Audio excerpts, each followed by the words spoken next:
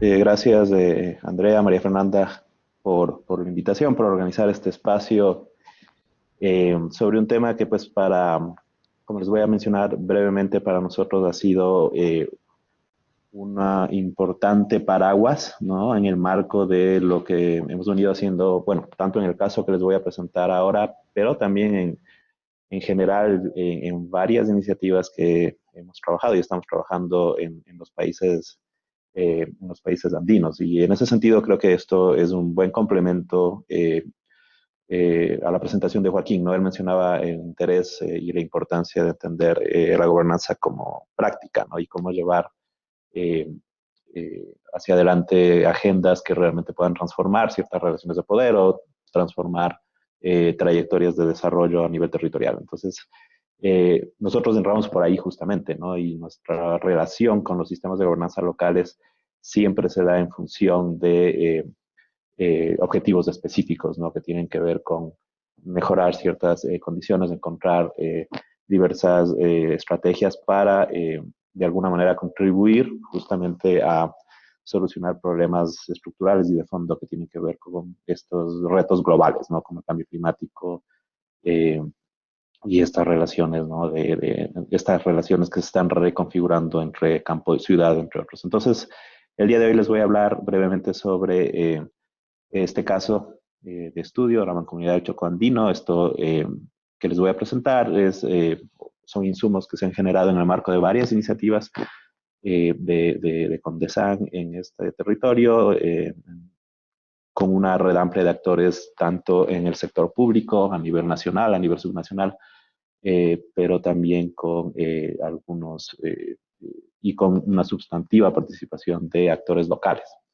Entonces, como contexto, y un poco ya lo mencionó también Joaquín en su presentación, a un nivel mucho más global, ¿no? Yo diría que estamos experimentando, pues, ¿no? Unos cambios importantes, pero también creo que estamos experimentando, digamos, en contextos que son continuidades, es decir, eh, estamos cambiando más rápido, pero hay muchas cosas que también reflejan tendencias de más largo plazo desde el punto de vista de nuestra articulación a procesos de escalas más amplias, ¿no? En esta diapositiva, pues tengo simplemente un par de observaciones que tienen que ver con la importancia cada vez más creciente, ¿no? De la producción, por ejemplo, en el caso del diagrama en la esquina superior izquierda, de la producción de commodities, ¿no? Relacionados con minería, petróleo, etcétera, en relación de los commodities que normalmente los países andinos sobre todo producían. No éramos exportadores de biomasa y ahora nos estamos convirtiendo en exportadores de productos de la minería. Y eso evidentemente no, digamos, no es algo neutro, era un montón de dinámicas a distintas escalas, desde lo nacional hasta lo muy local, ¿no? Y especialmente a nivel de conflictos ambientales, ¿no? Desde el punto de vista de cómo organizamos el acceso y uso de recursos a escalas locales. El siguiente punto relacionado con esto, o algo similar, ¿no? Tiene que ver con, y aquí voy a hacer una precisión más relacionada a lo andino, ¿verdad? Eh, Estamos en ecosistemas de montaña, en paisajes que tienen una estructura, ¿verdad? Y unas características biofísicas bien particulares, ¿no? Presentan normalmente ciertos retos para la producción agrícola, por ejemplo, y evidentemente en el caso ecuatoriano al menos albergan aún eh, eh, procesos, ¿no es cierto?, de perpetuación de pobreza, ¿no? Entonces, eso es algo que de pronto, digamos, se ha acentuado o ha cambiado en su contexto de relación a agendas de desarrollo, por ejemplo, nacionales, pero que creo que se mantiene y que mucho de lo que hacemos también a nivel de intervenciones en las zonas andinas parte de ese reconocimiento, ¿no? De que en general encontramos patrones de pobreza exacerbados en las zonas de montaña y que todavía no logramos cerrar esas brechas, ¿no? Que tienen que ver con acceso incluso a los servicios más básicos en zonas rurales andinas, ¿no? En comparación, por ejemplo, con las zonas urbanas. Em, Dicho eso, un poco para dar un contexto de cómo enfrentamos estos retos desde el punto de vista de desarrollo local, de desarrollo territorial, mucho énfasis de lo que hacemos tiene que ver con este enfoque de paisaje, ¿no? Aquí es entender estos espacios heterogéneos, estos espacios que presentan una alta diversidad de lógicas de ocupación del territorio, pero también de ecosistemas, de biodiversidad y de dinámicas, ¿no es cierto? Y vínculos entre ambos. Entonces, un poco estos principios alrededor de un enfoque de paisaje nos ayudan a organizar esta complejidad para intentar, ¿no es cierto?, avanzar en agendas de trabajo, ¿no? Este es un típico paisaje, de hecho es muy cerca de aquí de Quito, es la comunidad de Yunguilla, y ahí podemos ver, digamos, un poco algunas de las características que tienen los paisajes de montaña en cuanto a presentar en lugares muy reducidos, ¿verdad? Esa es otra característica importante, la densidad, si se quiere, desde el punto de vista de lo que nos propone, ¿no?, la estructura del paisaje. En un lugar muy reducido podemos plantearnos diversos objetivos de gestión del territorio que tienen que ver con, por ejemplo, la conservación de ciertos servicios ecosistémicos, la restauración de ciertas áreas degradadas, el mejoramiento de los sistemas de producción locales, ¿no?, con principios de producción sostenible, reconociendo que, en efecto, las visiones y objetivos que podemos tener sobre un mismo espacio van a variar en función de los actores con los que estamos trabajando y los que queremos articular, y de ahí, evidentemente, nace la necesidad de entender mejor los sistemas de gobernanza tal como funcionan en la realidad, porque también, y eso es algo que es clave en nuestros países, una cosa es lo que dice, ¿no es cierto?, el marco formal desde el punto de vista ¿no?, de competencias o de mandatos o de responsabilidades relacionadas o que tienen que ver con la gestión del territorio, y otra cosa es lo que termina sucediendo en un contexto específico. Y por tanto, nuestro trabajo se enfoca mucho en entender este ambiente habilitante relacionado, ¿no?, con la gestión territorial y que tiene múltiples dimensiones que atender, ¿no? El contexto ecológico, por supuesto, es importante, la tenencia de la tierra, la historia de ocupación del territorio en cuanto a sus dinámicas de cambio de cobertura y uso de la tierra, por supuesto, la gobernanza y los arreglos institucionales que se encuentran, digamos, operando. Eh, y, ¿no?, todo esto parado sobre necesidades de conocimiento que muchas veces se constituyen un factor limitante, porque pues tenemos y todavía muchos vacíos de conocimiento en estos sistemas, ¿no? Entonces, un poco nuestras hipótesis de trabajo al vincularnos, ¿no?, a este enfoque territorial, a este enfoque de paisaje y al vincular nuestros sistemas de gobernanza locales, por un lado, ¿no?, buscamos encontrar una escala, entre comillas, óptima para entender estos vínculos entre lo local y lo nacional. Por eso un poco el título de la presentación, ¿no?, con plataformas de mesoescala. Un poco de hipótesis ahí es que si trabajas demasiado local, pues es muy bueno, ¿no? Tiene un montón de virtudes desde el punto de vista de estar muy cerca de los problemas que quieres atender, trabajar. Pero por otro lado se vuelve un reto moverse hacia arriba también, ¿no? Entonces, y también si trabajas exclusivamente desde lo nacional, pues estás muy alejado, ¿no?, de los problemas que quieres trabajar, pero al mismo tiempo necesitas, ¿no?, una plataforma de reflexión para la formulación de política pública nacional razonable. Es imposible hacer política pública individualizada, si se quiere, ¿no? Entonces, en algún lugar debe existir una escala óptima, sobre todo para cierto tipo de preguntas que tienen que ver con gestión territorial. Eh, la segunda hipótesis es esta necesidad de mediar estas relaciones de mercado, Estado y comunidades locales, que ya también Joaquín mencionó en su presentación de una manera bastante estructurada, ¿no? Estamos digamos, necesitamos de alguna manera que nuestros sistemas de gobernanza integren eh, y sean capaces de absorber agendas diferenciadas y formas y lógicas diferenciadas de apropiación del territorio. Y nuestros sistemas de gobernanza de alguna manera deberían permitir ese diálogo.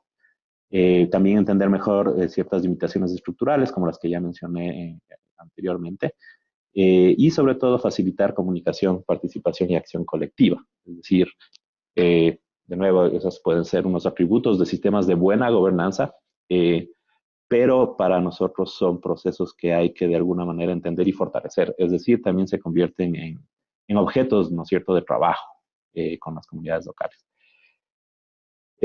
Aquí, pues, algunos mapas. Les voy para ustedes, para los que no saben, bueno, no tengo aquí un apuntador, pero bueno, el polígono que está ahí En color morado es el límite del Distrito Metropolitano de Quito, ¿no? Y en verde tenemos, ¿no? Los remanentes de bosque, en naranja tenemos remanentes de páramo.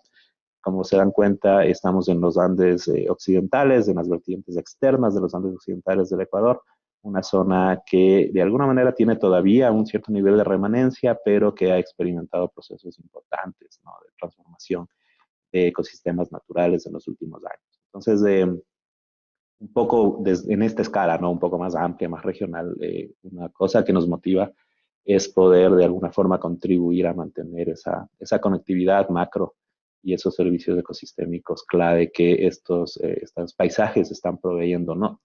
Bueno, por supuesto, a las poblaciones locales, pero también a escalas mayores. Entonces, dentro de este contexto más amplio, estamos trabajando ahí se puede ver ese pequeño polígono amarillo, son 6 parroquias, de todas no pertenecen al Distrito Metropolitano de Quito, que en el año 2014 decidieron conformar una mancomunidad de gobiernos parroquiales vinculados a objetivos de sostenibilidad en la gestión del territorio.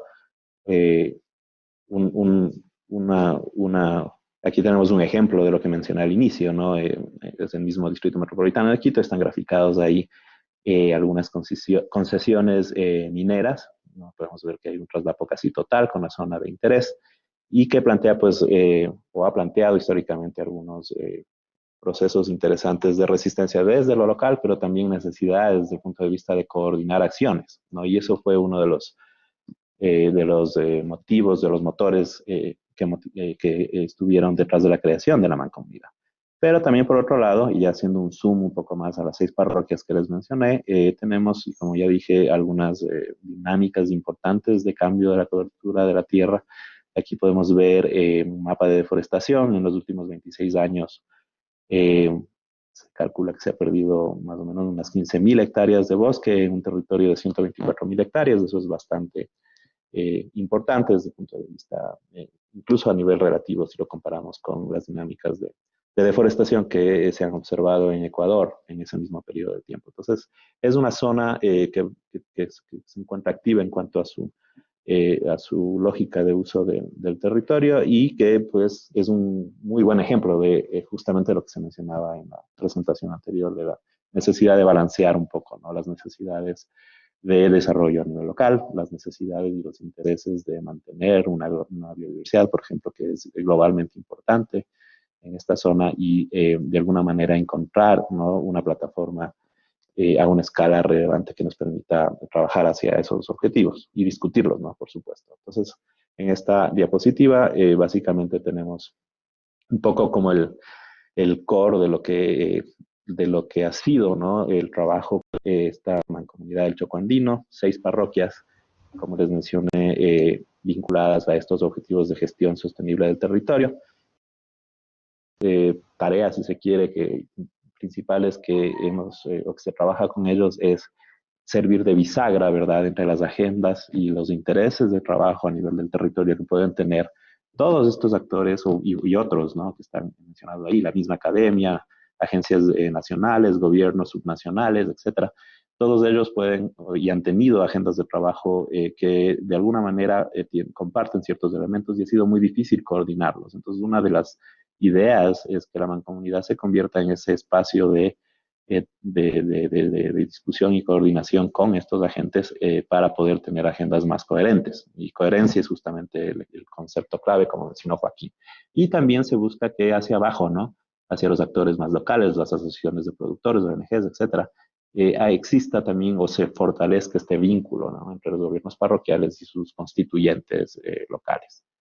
Algunos hitos de este proceso, bueno, hemos trabajado bastante a través de la mancomunidad para poder de alguna forma irnos vinculando a otros procesos que vemos o para los cuales encontramos algún tipo de valor, ¿no es cierto?, desde el punto de vista de fortalecer distintas dimensiones de gobernanza. Entonces, algunos ejemplos están ahí. El territorio es parte de la red de bosques modelo, el territorio fue declarado en el 2018 como reserva de biosfera y es parte de la red nacional de reservas de biosfera con la UNESCO. Y existen también, o hemos trabajado en varias herramientas de ordenamiento territorial que hemos intentado respondan a esta realidad más local. Y una de estas, eh, aquí les estoy presentando un mapa, son las mismas 6 parroquias. Este es un esfuerzo que emprendimos con el municipio de Quito para desarrollar un plan especial de uso del suelo para este territorio que responda de alguna forma justamente a esta diversidad, ¿no es cierto?, de estructura del paisaje y esta diversidad de objetivos de gestión. Por un lado, ¿no?, tener y mantener ciertos remanentes de ecosistemas clave, ¿no? La biodiversidad que albergan estos bosques es muy importante y es una rareza, si se quiere, tener algo así tan cerca de una ciudad como Quito, sobre todo si analizamos a sus pares, digamos, de una región andina como Bogotá, Caracas, etcétera. Entonces, eso, digamos, tiene, por un lado, una importancia interesante desde el punto de vista de gestión territorial, pero por otro lado, también son mosaicos de producción agrícola y pecuaria activa. Entonces, necesitábamos este tipo de herramientas adaptadas a esta estructura del paisaje. El municipio de Quito reconoció pues, que estaba pobremente equipado para responder a algo así y emprendimos este esfuerzo colaborativo para desarrollar algunas herramientas de gestión territorial un poco más adaptadas a este contexto. Y ya terminando, pues un poco aquí les quería mostrar algunos retos claves a futuro, ¿no? Por un lado, pues esto que les mencioné, avanzar en la implementación de un plan especial eh, para la mancomunidad, de la mano con todos estos actores que les mostraba anteriormente, el municipio de Quito, el gobierno provincial de Pichincha, la misma mancomunidad, tienen agendas que tienen bastante trasdapo, ¿no? Pero lastimosamente es muy difícil que haya una coordinación autónoma. Entonces buscamos que la mancomunidad fortalezca este rol de buscar una coherencia, justamente como se mencionó anteriormente. Otro reto importante es la articulación del proceso de gestión de reserva de biosfera, que es en sentido estricto un escalamiento hacia afuera de los aprendizajes que hemos venido generando en el marco de la relación con la mancomunidad. Mejorar la resiliencia de la mancomunidad frente a shocks. Ustedes saben que solamente el cambio de autoridades ya es un shock que requiere un montón de trabajo a nivel local para reconstruir, si se quiere, un poco algo del conocimiento, ¿no?, de los procesos. Entonces, siempre eso va a ser un reto. Eh, Mantener una base mínima operativa en contexto de escasez de financiamiento público ese sí es un reto importante porque estos procesos requieren, ¿no es cierto?, un mínimo de operación para poder mantenerse en el tiempo y de alguna manera eso tiene que ver con, por ejemplo, mecanismos de incentivos que permitan financiar cierto tipo, ¿no?, de objetivos de gestión sostenible del territorio y finalmente, pues, un reto importante es el recambio intergeneracional, ¿no? O sea, es verdad que en general los paisajes rurales están experimentando dinámicas demográficas importantes de poblamiento, por ejemplo, y es clave que las nuevas generaciones puedan encontrar en estos territorios opciones específicas para poder mantener, ¿no es cierto?, vivo, si se quiere, estos paisajes. Entonces, bueno, eso es lo que les quería contar. Gracias.